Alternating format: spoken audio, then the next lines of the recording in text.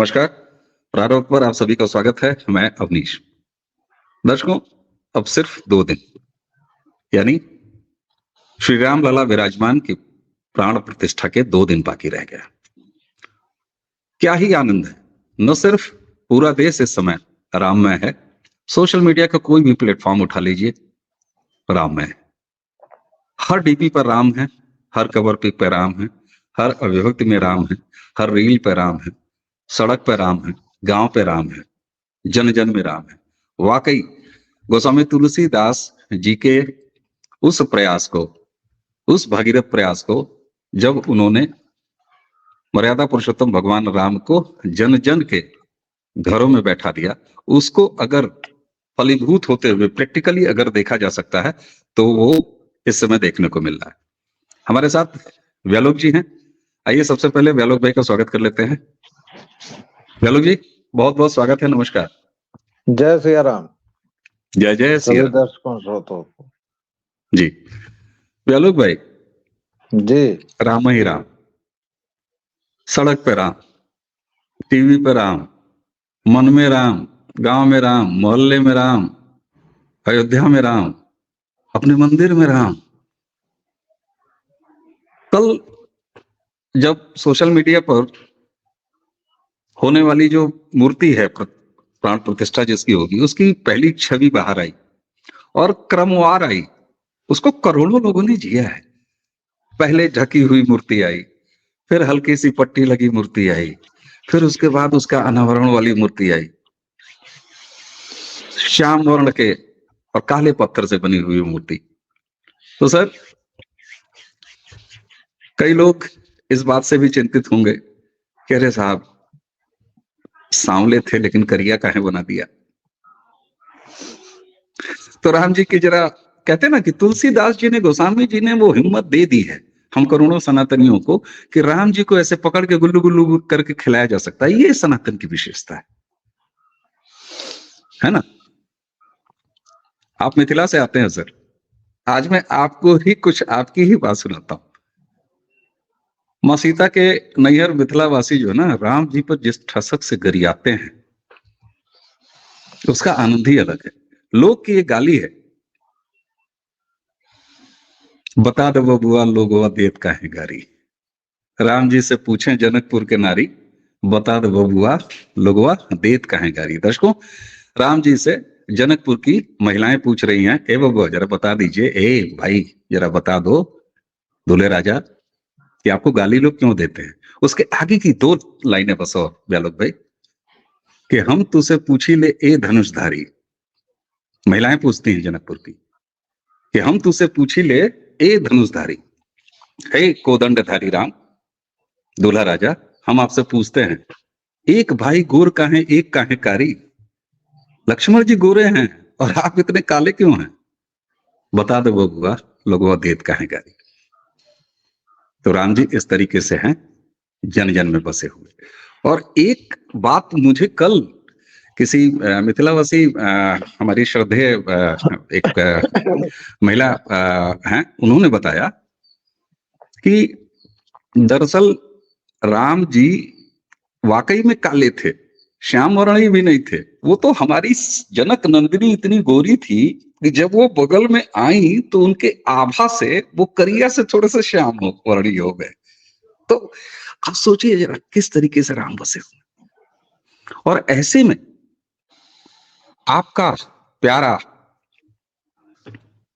जिसको आप विषधर कहा करते हैं, 6 दिन की यात्रा उनकी हो गई।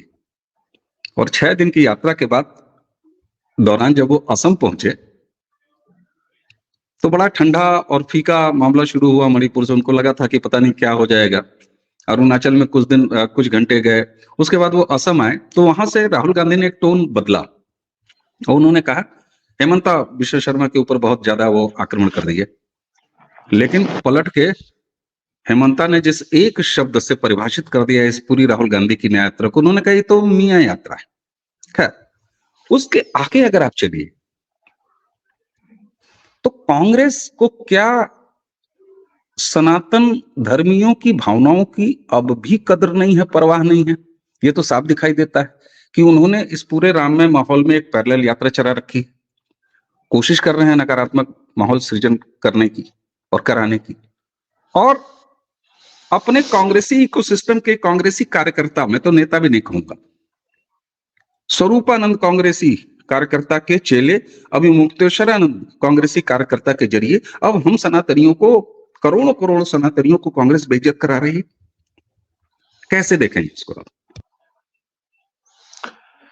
सबसे पहले तो आपने जो आधी बात कह ही दी कि मिथिला में तो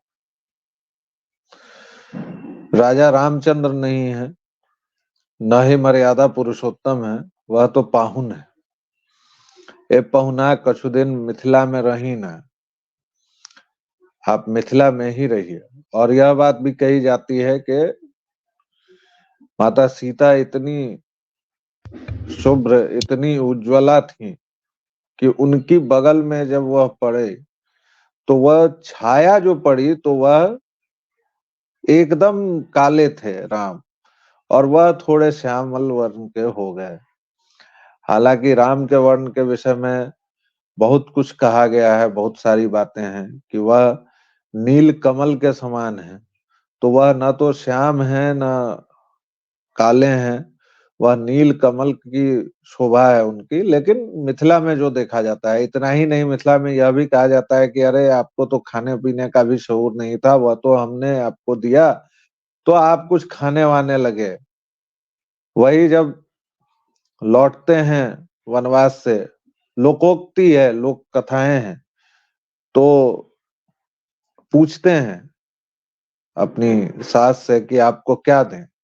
तो वहां जो उनकी सखियां रहती हैं, सास की, सास तो ज्येष्ठा हैं और सास तो माँ है, तो वह कुछ नहीं बोलती हैं। लेकिन वहां की औरतें बोलती हैं कि आपको तो हम लोगों ने दिया, आपको मनुष्य हम लोगों ने बनाया, वरना आप वन में चले गए, कभी किसी को मार दिया, कभी किसी को ये कर दिया। आपको शांत और संयत भी हमारी जनक नंदिनी ने बताया, और अब आपकी इतनी ठसक है कि आप हमें दे रहे हैं। इसी से जुड़ी एक छोटी सी लोक कथा है कि जब सब कुछ हो गया, ससुराल गए, तो लक्ष्मण बड़े चिंतित हुए कि भाई ये इन्होंने तो, भैया ने सबको जाने की इजाजत दे दी है, अब ये वानरों की सेना को कौन संभालेगा। तो रास्ते भर ट्रेनिंग करते ले गए कि भाई मैं जो जो करूंगा, और यूथपति बनाए भाई, अंगद को, नल को, नील को, सबको बना दिया कि हम लोग जो जो करेंगे आपको ठीक वही करना है। तो मैं जैसे प्रणाम करूंगा तो हनुमान जी, अंगद, नल, नील, जामवंत ये सब करते थे वैसे ही। बहुत अच्छा रहा, सब कुछ हुआ। उसके बाद आने जाने रहने में, आज जाएंगे कल जाएंगे, रोका मनुहार करते कराते जब जाने की घड़ी आई तो एक बृहत भोज का आयोजन हुआ, बहुत बृहत, जिसमें सारे आबाल वृद्ध नारी सब लोग इकट्ठा हुए। लक्ष्मण बड़े खुश थे कि भाई अब तक तो सब कुछ निकल गया है, बहुत बढ़िया, अब तो सब ठीक है। अब समस्या यह हुई कि उस भोज में नींबू दे दिया गया।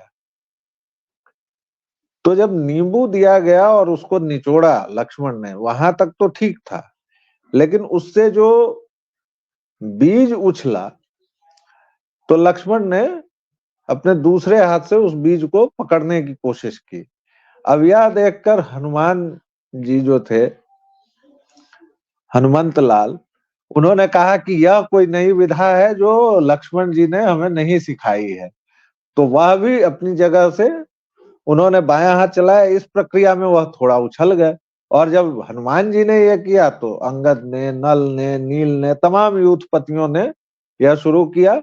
और उसके बाद पूरी सभा में बानर जगह जगह उछल रहे हैं, और पूरे भोज का जो सत्यानाश होना था वो हो गया। और रामचंद्र अपने सिंहासन पर बैठे मंद मंद मुस्कुरा रहे हैं, जनक मुस्कुरा रहे हैं।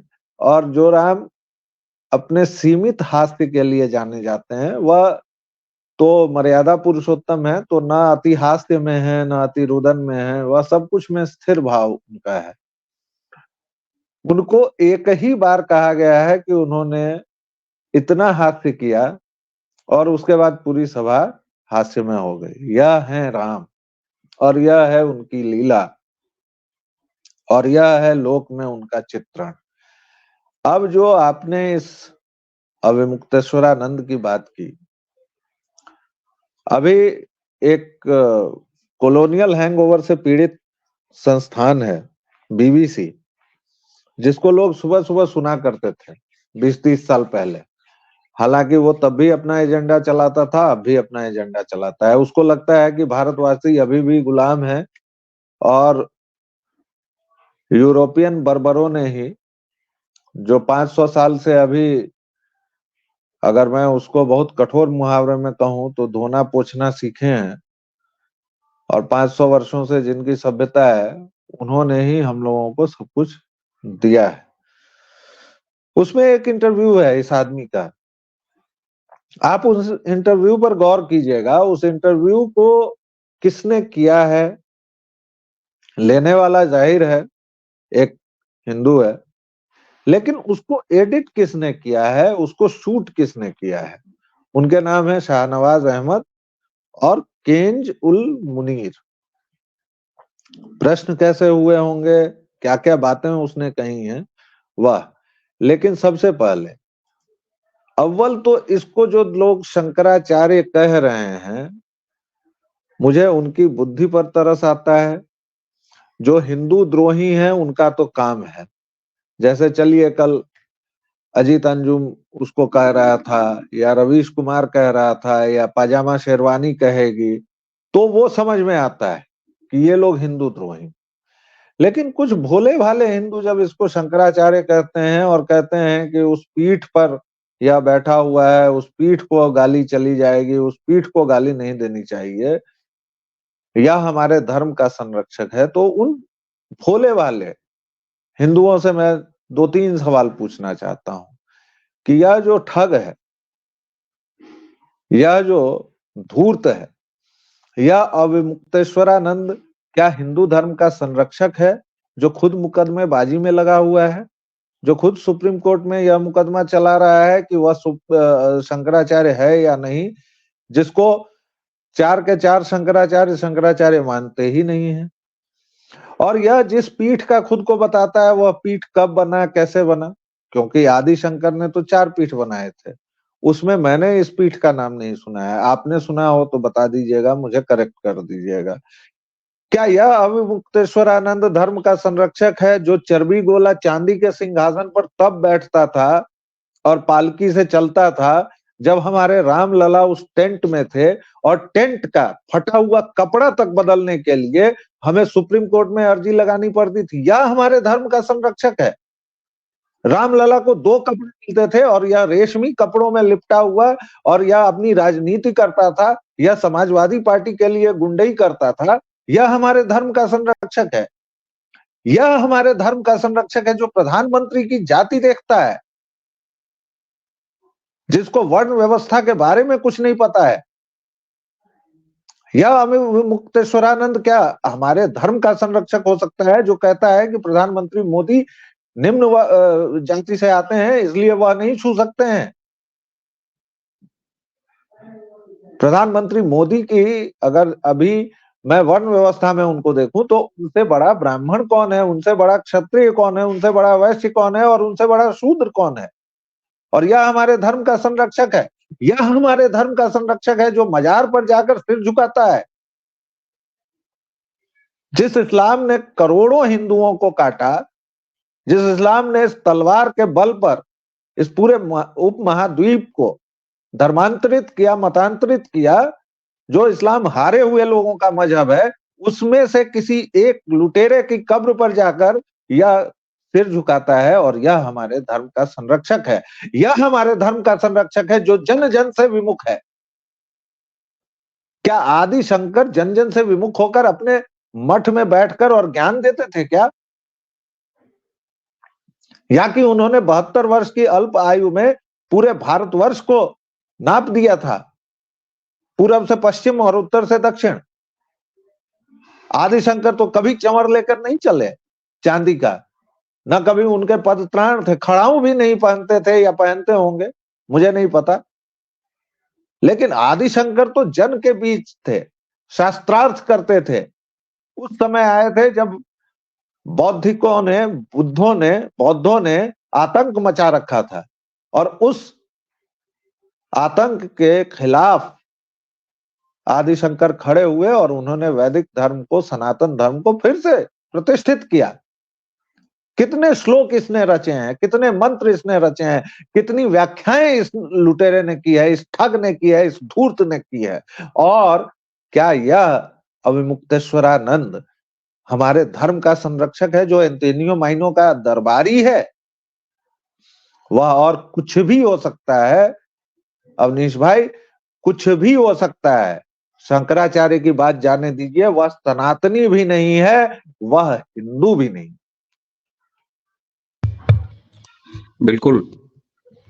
और क्या ही कहा जाए वेलो भाई, मुझे वो दौर याद है जब मुलायम सिंह यादव तत्कालीन उत्तर प्रदेश के मुख्यमंत्री ने उसी अयोध्या में पर परिंदा भी पर नहीं मार सकेगा ऐसी उद्घोषणा की थी। और उसके बाद हम, चूंकि हमारा नेटिव भी 100 किलोमीटर की परिधि में है अयोध्या से, और भगवान श्री राम जी के बारे में एक बात कही जाती है कि राम को 3 तरीके के लोग बहुत प्रिय हैं। पहला, जिन्होंने अयोध्या में जन्म लिया है वो राम जी को बहुत प्रिय है।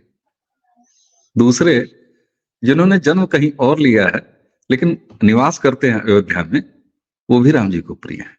और तीसरे, जो न जन्म लिए हैं अयोध्या में, जो न रहते हैं अयोध्या में, लेकिन अयोध्या आते जाते रहते हैं, वो भी प्रिय है। और जानते हैं राम जी सबसे ज्यादा प्यार किसको करते हैं? वो तीसरे वाले को, जो अयोध्या आते जाते रहते हैं।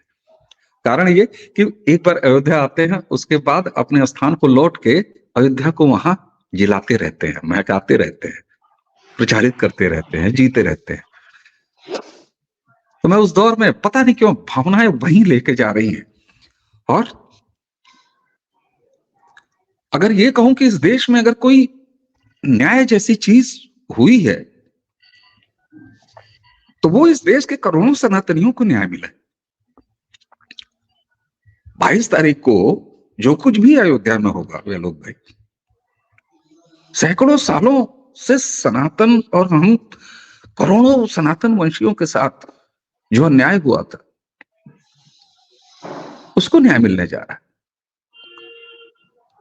मुझे तनिक भी मन नहीं कर रहा है राहुल गांधी की किसी न्याय यात्रा फात्रा का जिक्र करने के लिए, लेकिन जरा कांग्रेस का क्रूर चेहरा देखिए।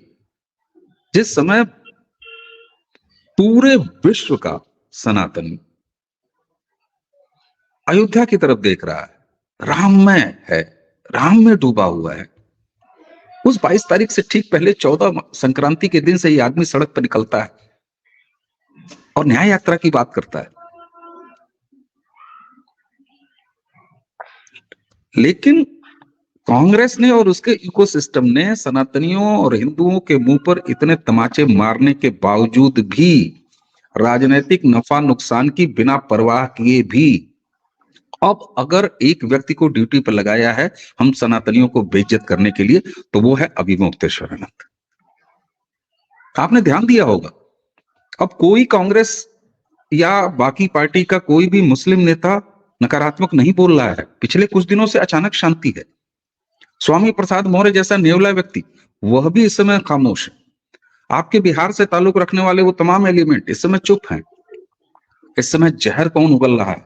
इस समय जूते भिगो भिगो के सनातनियों के, करोड़ों सनातनियों की भावनाओं के मुंह पर जूते कौन मार रहा है? अविमुक्तेश्वरानंद। एकमात्र एजेंडे पर तैनात किया है कांग्रेस ने। क्या कांग्रेस अब भी यह मानने को तैयार नहीं है कि देश की करोड़ों लोगों की भावनाएं मर्यादा पुरुषोत्तम भगवान राम से जुड़ी हैं? और इस तरह का एक उसने व्यवस्था बना रखी कि अविमुक्तेश्वरानंद जाके बीबीसी पर इंटरव्यू दे रहा है, यानी हम सनातनियों को जूते मार रहा है। वह व्यक्ति हिंदू धर्माचार्य अपने आप को, मैं शंकराचार्य उसको कहना नहीं चाहता हूं, मैं कहूंगा भी नहीं। वो एक फर्जी शंकराचार्य है, अवैध शंकराचार्य है।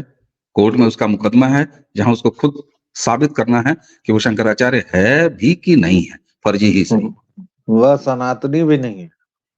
बस सनातनी भी नहीं, सनातनी हो भी नहीं सकता। जब वो नरेंद्र मोदी को लक्ष्य कर रहा है तो वो नरेंद्र मोदी को लक्ष्य नहीं कर रहा है, वो अवनीश शर्मा को लक्ष्य कर रहा है, वो व्यालोक पाठक को लक्ष्य कर रहा है, वो करोड़ों अवनीश शर्माओं और व्यालोक पाठकों को। सर,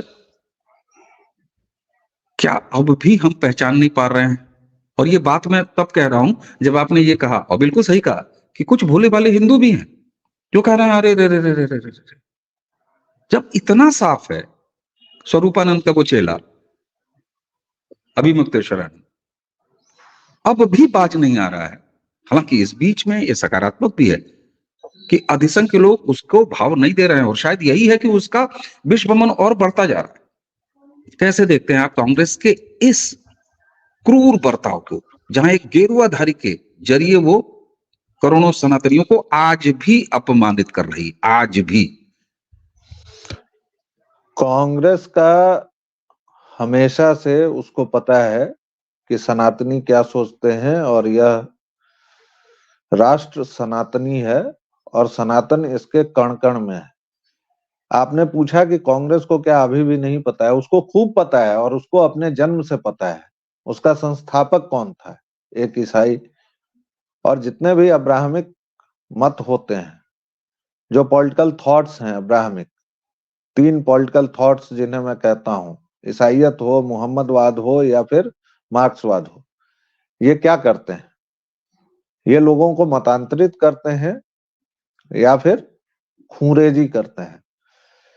तो उनका एजेंडा एकदम क्लियर है। पूरे उत्तर पूर्व को उन्होंने ईसाई मत में मतांतरित कर दिया। जो थोड़े बहुत मैतेई हिंदू बचे हुए हैं उनको भी ये लोग आदिवासी कहते हैं। सोचिए इन्होंने कितने टुकड़े किए हैं। आदिवासी हिंदू नहीं है, दलित हिंदू नहीं है, दलित एक शब्द निकाला, कहा कि वो हिंदू नहीं है, ओबीसी हिंदू नहीं है, पिछड़े हिंदू नहीं है। हिंदू मतलब कौन? और हिंदू के लिए और सनातन के लिए इन्होंने एक निकाल दिया, ब्राह्मण धर्म। ये ब्राह्मण धर्म क्या होता है? तो कांग्रेस बिल्कुल अपने एजेंडे पर है। कांग्रेस का विषधर जो है राहुल, वह बिल्कुल अपने एजेंडे पर है। और ऐसा नहीं है, इन लोगों ने बोला, पहले बोला, लेकिन जब इन्होंने देखा, मुसलमानों का तो ये है कि वो सब्र कर रहे हैं, और उनको उनकी किताब में ये कहा गया है। कई मुसलमान अल तकिया कर रहे हैं, जो कह रहे हैं कि भाई मंदिर का स्वागत है, और बाकी मुसलमान सब्र कर रहे हैं। और कई का आपने देखा होगा, लोगों ने देखा होगा कि बाकायदा वो कह रहे हैं कि आज तुम लोग हो, कल को हम लोग होंगे, और फिर हम देखेंगे कि ये मंदिर कैसे बचता है और ये देश कैसे बचता है। और इन्होंने पाकिस्तान बनाया ही था। और आज जो भी मुसलमान ये कहता है दंभ से कि हमने तब चुना था, वह गलत कहता है। उन्होंने नहीं चुना था। 99.9999% मुसलमानों ने मुस्लिम लीग को चुना था, और मुस्लिम लीग के साथ वो लोग गए थे। जो भी मुसलमान यहाँ बचा था वो पाकिस्तान बनाने के लिए बचा था। और आज कितने पाकिस्तान हैं वो देख लीजिए। कांग्रेसी इकोसिस्टम में तथाकथित पत्रकार भी जुड़े हुए हैं। जैसे कल मैं एक कोई विक्षिप्त प्राय, या विक्षिप्त ही कहिए, विक्षिप्त महिला है जो खुद को कहती है कि वो पत्रकार है, और दुर्भाग्य से जोशी उसके नाम में है, साक्षी जोशी। वह कह रही है कि अब तो राम मंदिर बन गया, अब तो सब समस्याएं हल हो गई, अब तो प्रधानमंत्री राम मंदिर दिखाएंगे, फलाना करेंगे। मतलब वो राम मंदिर को मॉक कर रही है। इन लोगों की हिम्मत देखिए कि राम मंदिर बन रहा है, उसकी प्राण प्रतिष्ठा हो रही है, लेकिन सनातन को ये लोग जानते हैं कि सनातन पलट कर वार नहीं करेगा। इसलिए ये लोग उसी धर्म में पैदा होकर भी नाम उसी धर्म का लेकर, हालांकि ये लोग सनातनी तो है नहीं, ये लोग भगवान राम के मंदिर का मजाक उड़ा रहे हैं। उसी तरह एक अजीत अंजुम है, और मेरे दुर्भाग्य से बिहारी भी है। मतलब ये सारे बिहारी ही क्यों होते हैं मुझे नहीं पता, अजीत अंजुम हो या रवीश हो। रवीश का आपने देखा होगा, वो पिछले कई दिनों से आईआईटी को जॉब नहीं मिल रही है, आईआईएम को जॉब नहीं मिल रही है। इन लोगों को मंदिर का कोई आइडिया ही नहीं। मंदिर हमारा पूजन का केवल केंद्र नहीं होता था, मंदिर के साथ एक पूरे गांव, पूरे समाज की अर्थव्यवस्था होती थी, एक पूरी इकोनॉमी होती थी। मंदिर के आगे जो जमीन होती थी, वहां हमारे बच्चे खेलते थे। वहां एक गुरुकुल होता था जहां पढ़ाई लिखाई होती थी, और वहां उसी आसपास खेती होती थी। मंदिर के पास जो जमीनें होती थी उससे खेती होती थी, और वह स्वनिर्भर होता था। इस पर एक अलग से एपिसोड करने की जरूरत है कि हमारी मंदिरों की अर्थव्यवस्था को। और आज भी आप देखिए, चाहे वो तिरुपति का मंदिर हो या पटना का महावीर मंदिर, जितना चढ़ावा चढ़ता है या जितना ये होता है, वह किसी भी छोटे मोटे राज्य के जीडीपी के बराबर है। जी, आप कुछ जोड़ना चाहते हैं? जी बिल्कुल। और आपने जब एक मंदिर के सामाजिक धार्मिक के साथ साथ एक जो पूरी अर्थव्यवस्था की बात की, तो इस पर एक अलग से चर्चा बिल्कुल बनती है। और एक बहुत छोटे उसकी प्रस्तावना बता दूं, आपने बिल्कुल सही कहा। राजा के पास केवल रक्षा और विदेश, ये दो विभाग होते थे। उसके अलावा शिक्षा, चिकित्सा, धर्म, गीत संगीत, संस्कृति, यह सब कुछ मंदिर के पास होता था। हम इस पर जरूर चर्चा करेंगे। जी। और 15वीं सदी तक मंदिर का अर्थ वह मंदिर था भी नहीं, उन्हें देवालय कहा जाता था। भाई गोसाई जी ने लिखा है, मंदिर मंदिर प्रतिकर शोधा, देखे जाता अगणित जोधा। जब लंका में वह घुसते हैं, मंदिर का अर्थ घर होता था। तो महामूर्खों को, और जो किसी भी तरह सनातन का अपमान करना चाहते हैं, उनसे मैं बहस में नहीं पड़। कल अजीत अंजुम ने, धूर्त राज ने, महामूर्ख ने, और मैं अभी चूंकि पूजा पाठ में व्यस्त हूं तो उसको गालियां नहीं दूंगा, लेकिन दर्शक अपने मन से जितनी गालियां और जितने जूते देना चाहें वो दे सकते हैं। वह बोल रहा था, किसी राहुल देव से बातचीत कर रहा था, और वह कह रहा था कि मान लीजिए कि आज तो, एक तो उसने कहा कि बाबरी मस्जिद को शहीद करके बनाई गई, यह गलत है। भाई वहां हमारा भव्य मंदिर था जिसे बाबर ने तोड़ा, और वह ढांचा था।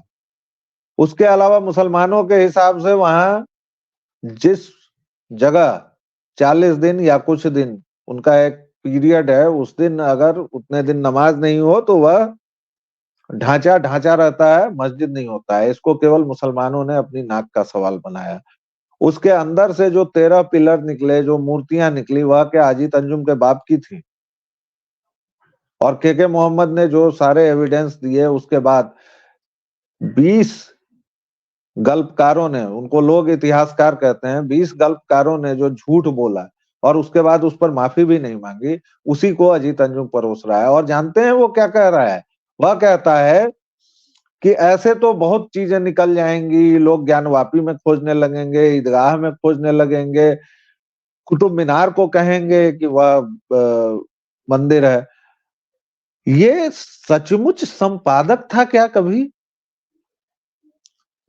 इस गधे को इतना नहीं पता है कि कुतुब मीनार के बाहर बाकायदा एएसआई का बोर्ड लगा हुआ है कि 24 जैन मंदिरों को तोड़कर उसके मलबे से कुव्वतुल इस्लाम यानी इस्लाम की ताकत मस्जिद बनवाई थी उस गुलाम ने, कुतुबुद्दीन ऐबक ने। और वह कुतुब मीनार जो था, वह कुतुब मीनार भी नहीं है भाई। और ज्ञानवापी में तो किसी अंधे को हाथ से टटोलवा देंगे तो वो दीवारें देख के कह देगा कि भाई ये मंदिर है। हमारे मिलॉर्ड्स को ही नहीं दिख रहा है। कल परसों भी किसी मिलॉर्ड ने रोक लगवा दी कि नहीं भाई, अभी उस पर रिपोर्ट नहीं होगी, क्योंकि वो अंग्रेज हैं, वहां से पढ़े आए हुए हैं। अब अगर इन सब को मैं सम्मिलित करके अंतिम बात अपनी कहूं तो बात जहां से शुरू की थी, ठग धूर्तराज अभिमुक्तेश्वरानंद से, जानते हैं वो क्या कह रहा था? वो कह रहा है कि मंदिर दरअसल देव पुरुष होता है और वह शिखर उसका सिर होता है। कहां से ये स्थापत्य लाया है, कहां से यह वास्तु पढ़ा है, मुझे नहीं पता। मंदिर की तुलना एक गर्भगृह उसको क्यों कहते हैं जहां प्रतिमा होती है? सनातन में कुछ भी एवं ही नहीं कह दिया जाता है कि आपने पीटर नाम रख दिया, आपको अच्छा लगा तो पीटर रख दिया। अवनीश नाम रखा तो उसका एक अर्थ है, व्यालोक नाम रखा तो उसका एक अर्थ है, गर्भगृह कहा जाता है तो उसका अर्थ है। तो मंदिर की जो संरचना होती है वह एक स्त्री के मुताबिक होती है। अगर स्त्री बैठी हुई और पैर को फैलाए तो, पहली बात तो ये। दूसरी बात, जो शिखर की बात है, तो जब सोमनाथ का मंदिर बना था तो केवल गर्भगृह बना था।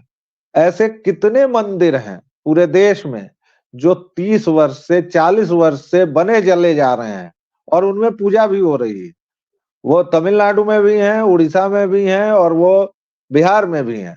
कुछ मंदिर तो ऐसे हैं जिनके बारे में कहा जाता है कि वहां काम रोका ही नहीं जाएगा, क्योंकि वही देवता की इच्छा है, वही ईश्वर का आदेश है कि जिस दिन तुम काम रोकोगे उस दिन गड़बड़ हो जाएगी। तो ऐसे ठग, ऐसे धूर्तों से हमारे लोग बचकर रहे हैं। इसकी किसी बात पर ध्यान न दें। यह विषधर राहुल का एक स्टूज है, एक चमचा है, एक टुच्चा सा आदमी है। बस इतना ही कहना है, न इससे ज्यादा न इससे कम। जय सिया राम। बिल्कुल बिल्कुल ब्यालोक भाई। और सबसे सकारात्मक बात यह है कि आपने जो अंत में संदेश दिया कि इससे भ्रमित ना हो, यह विशुद्ध रूप से कांग्रेसी एजेंडा चला रहा है व्यक्ति अभिमुक्तेश्वरानंद, जिसका नाम है। गेरुआ सिर्फ उसने पहन रखा है, फर्जी तरीके से शंकराचार्य की पदवी पर काबिज होने का प्रयास कर रहा है, मुकदमा कोर्ट में है। इसी के साथ सकारात्मक ये भी है कि अधिसंख्य लोग ध्यान नहीं दे रहे हैं, और शायद यही वजह है कि उसकी फड़फड़ाहट और ज्यादा तीव्र होती जा रही है। अब मुझे प्रतीक्षा है कि यूट्यूब, द वायर, बीबीसी, अब इसके बाद ये किसी मजहबी चैनल पर कब जाएगा, क्योंकि इसका सच ये भी है कि सीएनआरसी के समय इसने कहा था कि अरे नहीं नहीं भाई, उनको भी सबसे सस्ता इसका बयान, ये कितना सस्ता है कि अतीक अहमद नाम का क्रिमिनल जब उसका शूट आउट हुआ तो उसने जांच की मांग की। अब राजनीतिक उस पर आ जाते हैं दर्शकों, तो नरेंद्र मोदी के खिलाफ इसकी राजनीतिक लड़ाई है। भाई ये एक राजनीतिक व्यक्ति है, इसने एक प्रत्याशी उतारा था 2014 में, और जब पर्चा खारिज हो गया तो अनशन पर बैठा था। अब तो वाकई वह वीडियो देख के मुझे प्रसन्नता होने लगी है, जब उत्तर प्रदेश का तत्कालीन मुख्यमंत्री अखिलेश यादव ने उसी गोदौलिया चौराहे पर कायदे से सेवा की थी अभिमुक्तेश्वरानंद को। मैं पिछले 24-26 घंटों में न जाने कितनी बार उस वीडियो को दोबारा चला चला के देख रहा हूं। तो व्यालोक भाई, आपने बिल्कुल सही बात कहा, भ्रमित होने की कोई आवश्यकता नहीं है। और इसी के साथ खुशी इस बात की भी है, संतोष इस बात का भी है कि लोग भ्रमित नहीं हो रहे हैं, और शायद यही कारण है कि इसका पाप और ज्यादा बढ़ता जा रहा है। राम जी सब देख रहे हैं। दर्शकों, इसी के साथ व्यालोक भाई को धन्यवाद देते हैं। व्यालोक भाई, आपने बहुत शॉर्ट नोटिस पे हमें समय दिया, आपको बहुत बहुत धन्यवाद। और वो कहते हैं ना कि व्यालोक भाई का भी एक मुझसे अनौपचारिक रूप से ये बोलते रहते हैं, किस पे बात कीजिएगा? मैंने कहा राम जी पे। राम काज की ने बिना मोह कहाँ विश्राम। चलिए, सब काम छोड़ के पहले राम जी पे बात करते हैं। तो दर्शकों, आशा है, उम्मीद है कि आपको ये चर्चा पसंद आई होगी। और सच कहिए तो 2 दिन बचे रह गए हैं प्रारब्ध के इस मंच पर राम के अलावा कुछ भी बात करने की इच्छा नहीं हो रही। तो चलिए, आप सबको राम राम। व्यालोक जी।